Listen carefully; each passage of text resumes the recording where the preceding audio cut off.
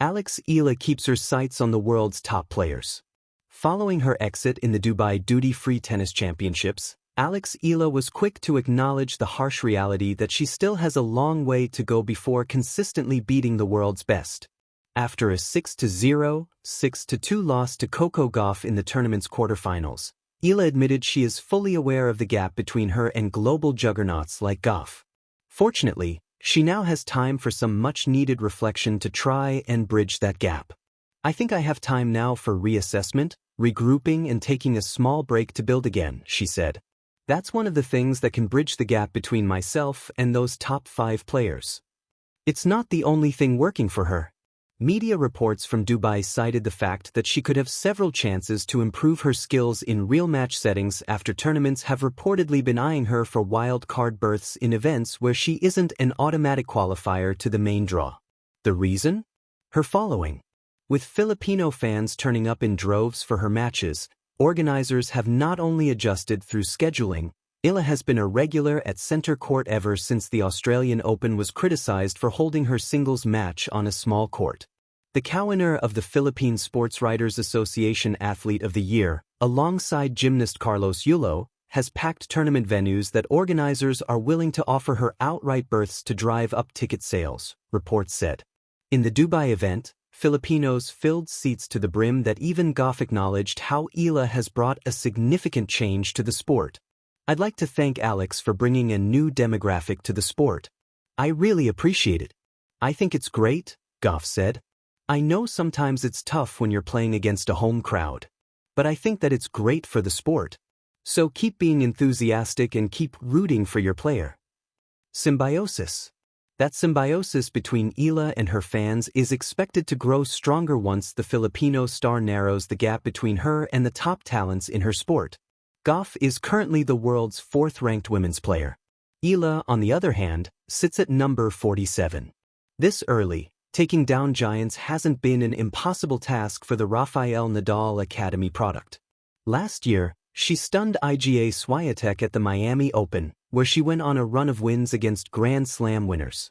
Her popularity has seen her show up for several events this year, and that strenuous run, along with her stint in the inaugural Philippine Women's Open, took a toll, and it showed in Dubai. "I've been on the road, competing week after week this year. Physically, I can reassess my state, try to build more on injury prevention, and I hope it reflects in my games," she said. Eala will have roughly 2 weeks to relax, recuperate and regroup before flying to the United States next month for the Indian Wells Open, where she will again attempt to inch closer to the top of the women's rankings. At just 19, Eala has already grown accustomed to walking onto courts where the air feels heavier than usual, thick with expectation, noise, and the silent question that follows every rising athlete. Are you ready for this level? For Eala, the answer has never been shouted. It has been built, point by point, practice by practice, sunrise by sunrise, across continents, under floodlights, and beneath the watchful eyes of the world's best. The girl who looked beyond the horizon. In the tropical warmth of Manila, dreams often stretch far beyond the skyline. The city hums with jeepneys, laughter, and the sound of bouncing balls on neighborhood courts. Somewhere in that rhythm, a young girl began shaping a different future. Tennis in the Philippines has rarely occupied the center of global conversation. The world's loudest cheers often echo from arenas in New York, Melbourne, London, and Paris, homes of the sport's most prestigious battles. Yet from early on, Alex did not measure her ambition by geography. She measured it by possibility. Where others saw distance between Manila and the Grand Slams, she saw a path. Learning among giants. That path led her to Spain, to the famed Rafa Nadal Academy, where clay courts stretch like terracotta canvases beneath Mediterranean skies. It is a place built on discipline and detail, shaped by the philosophy of one of the sport's fiercest competitors, Rafael Nadal. There, the lessons go beyond forehands and footwork. Players are taught resilience, how to fight through long rallies, how to reset after errors, how to endure heat, wind, and doubt. Nadal's legacy is etched not only in trophies but in the relentless belief that no point is ever truly lost until it is over. For Alex, Training in that environment meant confronting the reality of what it takes to compete with the world's elite. It meant understanding that talent opens doors, but discipline keeps them open. Every drill whispered the same message: the top players are not myths. They are measurable, reachable, beatable, if you are willing to work. Eyes on the summit. The modern women's game is fierce. The baseline battles are brutal. Power, precision, and speed collide in split-second exchanges. To break into the top tier is not simply to win matches, it is to survive them. Alex watches the world's top players not with intimidation, but with curiosity. How do they construct points? When do they change pace? How do they carry themselves when momentum slips? She studies them the way a chess player studies grandmasters, not to admire, but to prepare. The top names in women's tennis represent more than ranking numbers. They are symbols of consistency under pressure.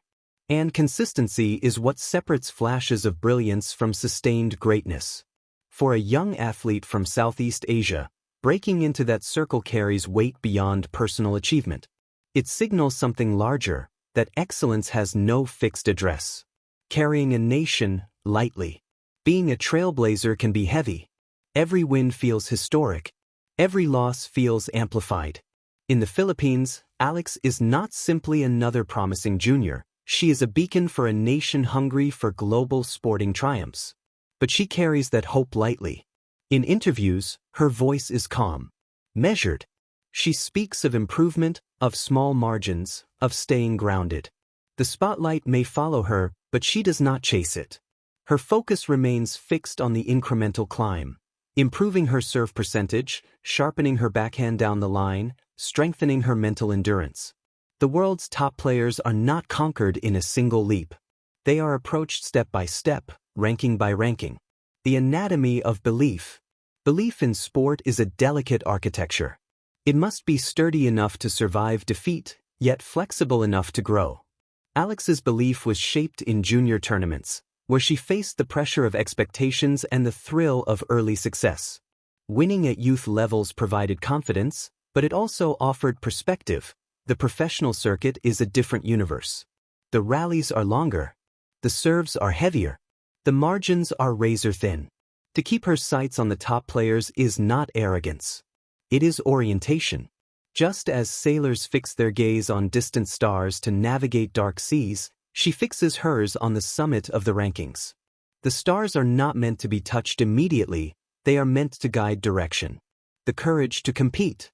What separates contenders from participants is courage, the willingness to step onto the same court as legends and believe you belong.